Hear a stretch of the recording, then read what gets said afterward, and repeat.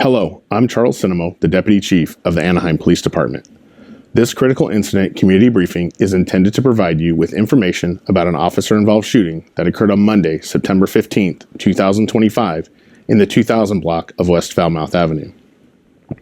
You are about to see relevant video footage and photographs, as well as hear audio recordings and learn of other related evidence so you have a better understanding of what occurred. An officer-involved shooting is a tragic event for everyone, for our officers, for our community, and for the family members of those involved. These incidents demand the highest level of scrutiny and rightfully are a matter of public concern. The Anaheim Police Department conducts exhaustive investigations following any officer-involved shooting. The investigation related to this incident is still ongoing and could take up to 1 year to complete.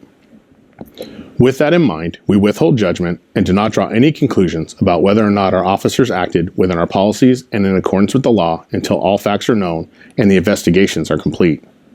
A word of caution, the images and footage you are about to see may be disturbing. When a police officer uses force to arrest a suspect or defend against an attack, it can be graphic and difficult to watch. In addition, there may be strong language used by those shown in the video. Viewer discretion is advised, especially for young children and sensitive viewers. I'm Sergeant Jacob Gallagher with the Anaheim Police Department Professional Standards Section. I'm going to provide you with a brief overview of an officer-involved shooting that occurred on Monday, September 15th, 2025. On this date at around 12:10 p.m., the Anaheim Police Department Communications Center received a call from a concerned community member who indicated there was a suspicious male in the 1100 block of North Columbine Street. The caller explained the male was unknown to the area and that he was outside his neighbor's driveway holding a brick. It was further shared that the male appeared to be a transient and under the influence of drugs. Here is a portion of the call made to our communications center. 911 emergency. Hi, we have someone loitering around. What's the address of the emergency? North Columbine House, Street. apartment, or business? It's a house. Okay, what's the emergency? Yeah, I'm going to hand you over to my brother. Sure. Okay, hello? Hi, what's the emergency? Hello, yes. It seems like someone's just loitering. I think he's like tweaking. I don't think he's doing well. So is he inside your house, in your backyard? No, this is the neighborhood. Like basically right outside my neighbor's driveway. Okay. They were there and they just were sitting there and they're kind of looking suspicious a little bit. Like they're not my neighbor and I don't think they're home, but I tried to text my neighbor. But yeah, this person, I did walk up to them and ask them if they're okay. Mm-hmm. They seem to be a little bit off. Like they're probably like on something. Mm-hmm. But yeah, I just don't know if they're just kind of suspiciously. So is he okay. black, white, Hispanic, or Asian? He seems to be white. How old approximately? I would say maybe like 30. Height and weight? He's a very skinny fellow, maybe Okay, like what about height? 5'10", about like 5'10", about 160. Like a green. And what color pants? Pants? I think they were like brown. Is he alone? Yes, I Does he think they were appear in the backpack. Does he appear to be a homeless person, a transient? Yeah, he seems to be one of those. Okay. Any backpack? Yeah, looks like he has a backpack on.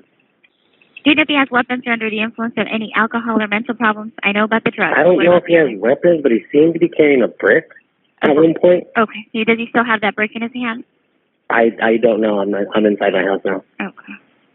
Okay, we'll send someone out as soon as possible, okay? Yes, thank you. Thank you. Bye-bye. Based on the information provided, the dispatcher entered a suspicious subject call and the event was placed in a queue for dispatch when officers became available. Approximately 30 minutes after the original call was received, at around 12:40 p.m., an officer self-dispatched to the event and began responding to the incident. About the same time the officer began responding to the call, our communications center received an additional call about the same male. This time, an employee at a nearby school called to report the male was carrying a broken shovel. The caller reported the male had been in the area for about an hour, was originally near the school parking lot, but had since moved to the middle of the street. Here is a portion of the second call made to our communications center. Anaheim Police, operator.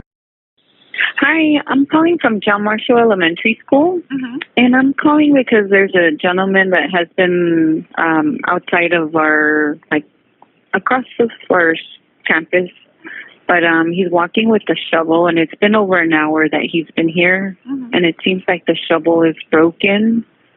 At first, he didn't have it on hand, but now he does. And when my lunch, my coworkers went to lunch, they noticed them and they came back an hour later and Is this guy they're still there. a male, white, in his 30s, 5'10", thin build, green shirt, brown pants, and Yeah. backpack? Yes. Okay, so Yeah. now he's moved. So now he's on Falmouth or on Columbine? Falmouth. Okay, one moment. Yeah. And he's on the sidewalk, correct? He's on the street. He was at the entrance of like our parking lot, but now he moved to the street and is just pacing around. But the last place you saw him was Falmouth? Yes. Okay. One of my other coworkers also mentioned it, and they're like, "Oh yeah, he's here." So is he holding the wooden part of the shovel or the other side? The wooden part, which seems to be broken because they took a picture. Okay. So he it's the doesn't have the wooden actual part. shovel part? It still shows, that the shovel is there at the bottom part. Okay, so he's just carrying a shovel then? Yeah, but it's broken Okay. He has it like carrying it like towards his back, holding the broken part on hand. Mm-hmm. One moment. Mhm. We'll go ahead and send officers out, okay? Okay, thank you. You're welcome. Bye. All Anaheim Police Patrol officers are equipped with body-worn cameras. Per Anaheim Police Department policy, all body-worn cameras must be worn in a forward-facing position that facilitates comprehensive recordings of contacts and/or incidents. You're about to view body-worn camera footage from that perspective. It is important to keep in mind that body-worn cameras are an investigative tool, and like any device, they have limitations. Body-worn cameras do not necessarily capture everything an officer sees, just like a body-worn camera may capture something an officer does not see. Further, body-worn cameras do not have the ability to depict what an officer is feeling or experiencing during a given incident. Within a few minutes of school staff calling our communications center, an officer arrived in the area and began looking for the male who possessed the shovel. As the officer arrived, he observed the male, pictured here, and later identified as Rudy Anthony Martinez II, walking in the middle of the street, carrying a shovel.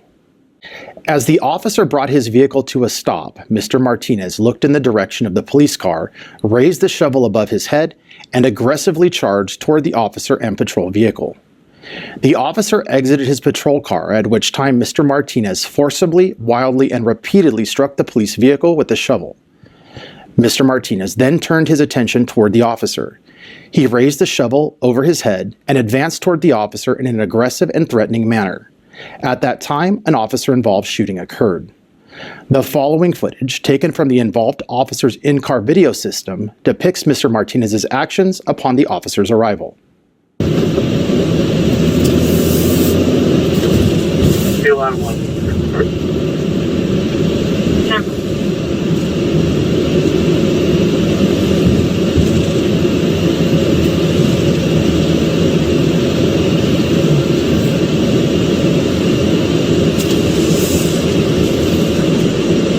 No shit.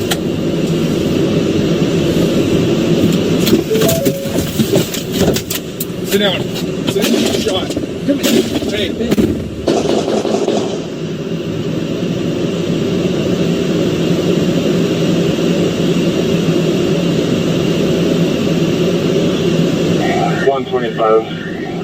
Got a 998, the subject right now. I'm at a Falmouth and Holly.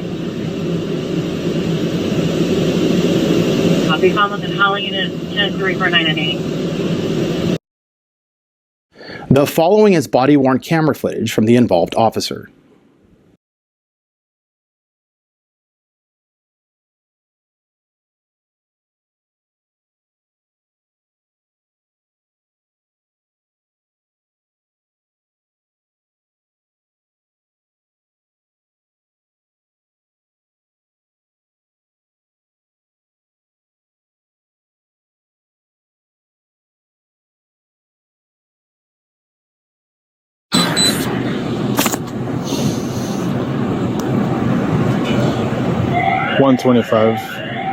Got a 998, the subject right now. I'm at a Falmouth and Holly.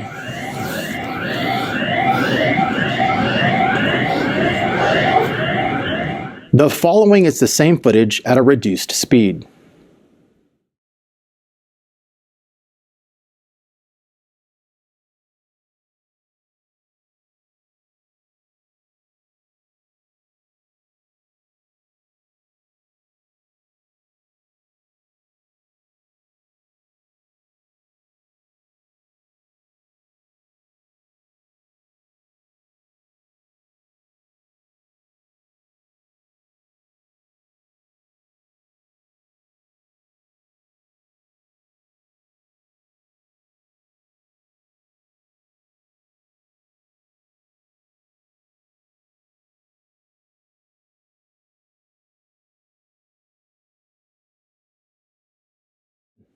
One officer discharged his weapon in connection with this incident.